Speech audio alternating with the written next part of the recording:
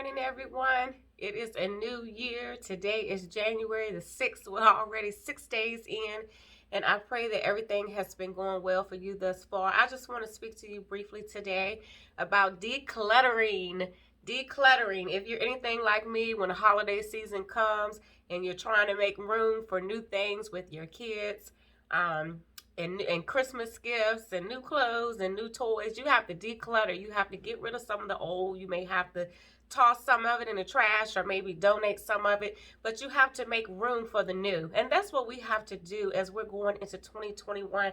We have to make room for the new, make room for what it is God has positioned for us this year. So often we make set plans and make goals, and I'm going to do this, and this is my goal for 2018. This is my goal for 2019. These are my goals for 2020, and we're in 2021, and there's still goals that you set in 2018 that you haven't been able to accomplish or achieve. And many of us find ourselves getting in those situations, sometimes because we're setting goals according to our own will instead of that of what the Lord has placed before us, but also because our minds and our lives are so cluttered that it is prohibiting us from being able to reach and obtain those goals. So I want to tell you on today to make sure you're decluttering your life.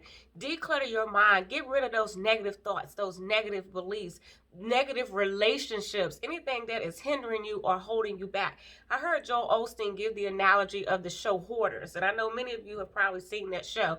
And he talked about how a woman had a two-story house, but the whole upstairs was full of items that she could never get to it. So although she had a two-story house, that second floor was never being used. And that's what's going on with a lot of us. There's so much inside of us, so much that God has put in us, so many gifts, so many talents, so many things that he's laid before us, but we can't even get there and can't reach them because we have clogged and hoarded and held on to things, held on to offenses, held on to hurts and pains, holding on to things that we need to release and let go. Cast your cares upon the Lord and let those things go. Don't hold on to a victim mentality. Don't clutter your life with the woe is me. Let it go and move forward.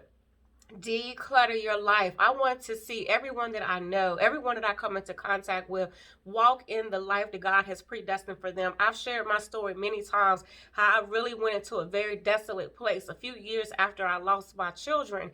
And I decided that purposeful living was going to be my mission.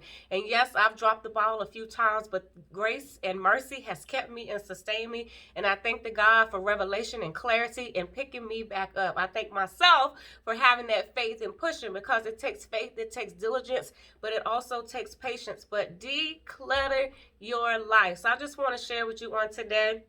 I truly believe that even in the midst of all this going on, I do believe prophetically that, there's going to be worse things that's going to transpire and take place, but I also believe that God has much stored up for those who have been faithful and who remain diligent in his life. So remember, declutter your life, stay faithful, continue to pray, and be the person that God has chosen you to be. God bless.